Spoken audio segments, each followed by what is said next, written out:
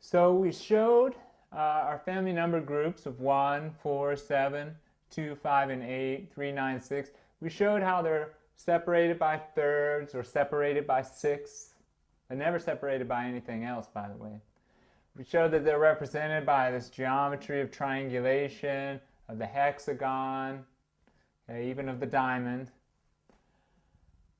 Why is it significant, and why are those numbers, why do they have to be positive or negative at the same time? Well, one, I showed that it accounts for the geometric side of what we're going to do. In addition to that, those numbers being synchronized in such a way or being activated at the same moment. Okay? In engineering, we could call it a moment of activation, a pulse. That's what allows me to get a binary flip-flop. Okay? Because we're working with something we're going to call a binary triplet. I'm going to explain what that is. Now you notice I have these triplets in my family number groups. But I also have something binary here, which is my 1, 2, 4, 8, 7, 5. The repeating sequence underlying the binary code of computer science. And when my 1s, 4s, and 7s are all positive, and let's say my 2, 5, and 8s are negative, I've got positive, negative, positive, negative, positive, negative, positive, negative. In other words, I have my binary flip-flop from positive to negative, never being broken. Same with my 2, 5, and 8s. I have positive, negative, positive, negative, positive, negative. And what that means is ultimately, I don't need 9 now to represent my system. I really need 18 because there's a positive and negative for every number. Every number has the potential to be polarized. All right? How about my 3, 9, and 6? Because this is weird. Now I've got this thing. I got to come to my 9 before I can go back. So how to create that? In this system now, when my 9 is positive, which is the initial emanation, the projection, the initial will, the initial drive, the initial input of energy, my positive 9. When my 9 is positive, my 3 and 6 are negative. So in other words, when this energy is coming out, magnetism is going in to the center. When this energy is absent, or you could say when it's going in or when it's absent, when it creates a pivot, which is my negative 9, and my 3 and 6 are both positive coming out. And then what that does is it gives me, let's say my 3 is positive, positive, negative, positive. Whenever you end on a number in this system, you give it the reverse polarity and you go in the other direction. So if I go positive, negative, positive, my next number is going to be the negative 6, which is under here. And it's going to go negative, positive, negative, positive, negative, positive. Okay, so it's giving me a sequence here. It's 3, 9, 6, 6, 9, 3. All right, alternating back and forth. When we put this in a three-dimensional model, you're going to understand exactly what I might mean by that. So what I'm showing here is a pulse. The 9 is a surge. Sometimes you can refer to it as an inertia ether, which Einstein postulated after the famous Michelson-Morley experiment that supposedly disproved the existence of an ether. Einstein said, well, if it's not that, it must be an inertia ether, and that's what this is. It's a pulse or a surge or a vector that's driving everything, that's causing this doubling, okay? So again, now I need 18 numbers to represent my system, each number having a positive and negative, and each family number group, there's 3 of them, okay?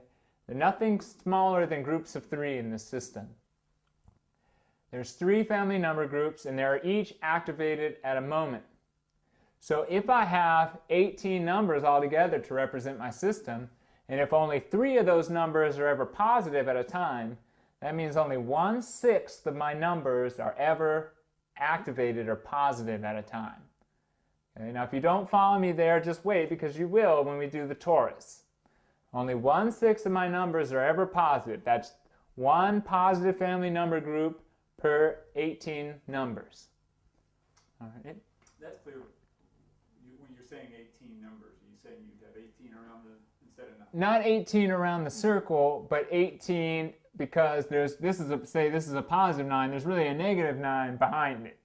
This is a positive 1. There's really a negative 1 on the other side.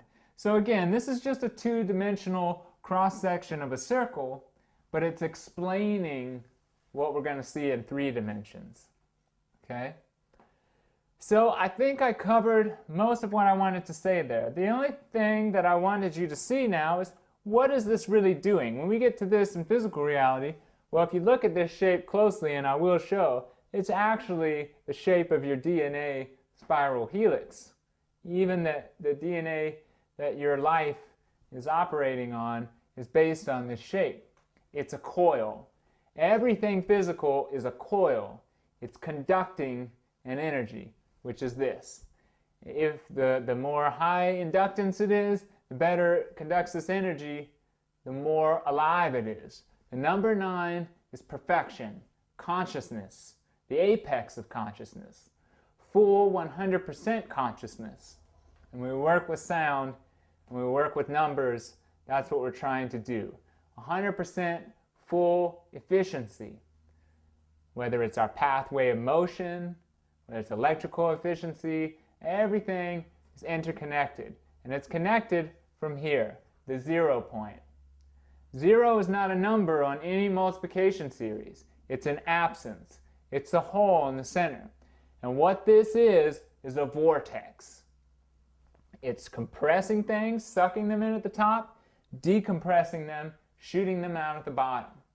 Okay? It's a cosmic grinder. You could think of it as black hole to white hole, compression to decompression. Your own body, the human torso, the mortal coil, is based on this. It sucks things in at the top, whips them around, demolecularizes them, shoots them out at the bottom. All right? Everything is based on that. The Earth's magnetic field, it's called a torus. The human aura is said to be a torus. The spiral galaxies are toruses. Your blood cells are a torus. You will get to know that very clearly. Let's look again here.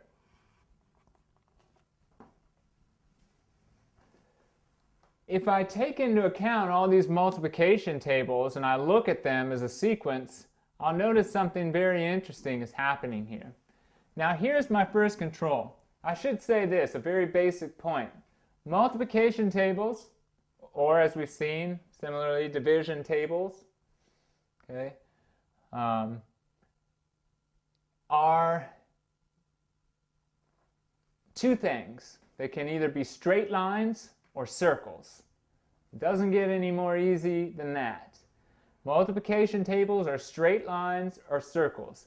It's pretty easy to see. We can see the straight lines here. I don't think anybody's having a problem there.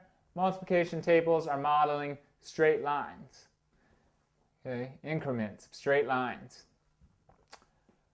What do I mean they're showing circles too? Well, in my initial symbol, remember I said 1 was my control. I've got 1, 2, 3, 4, 5, 6, 7, 8, 9 around the circle. How about if I start with 2? 2, 4, 6, 8, 1, 3, 5, 7, 9, just like my multiples of 2. 3, 6, 9, 3, 6, 9, 3, 6, 9. Multiples of 3.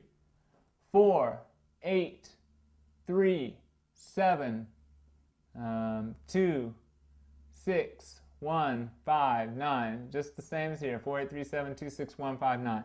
So in other words, you can do it any way you want. They're either going out in straight lines or they're going around in circles. Both those conditions must be met simultaneously in order to have a true system. And this is why time cannot move backwards. Okay? This is why this system is creating a one-way systemic living flow. It's called a positive flow. The energy of the 9 is a positive force. The reality of the higher world is a 100% positive reality.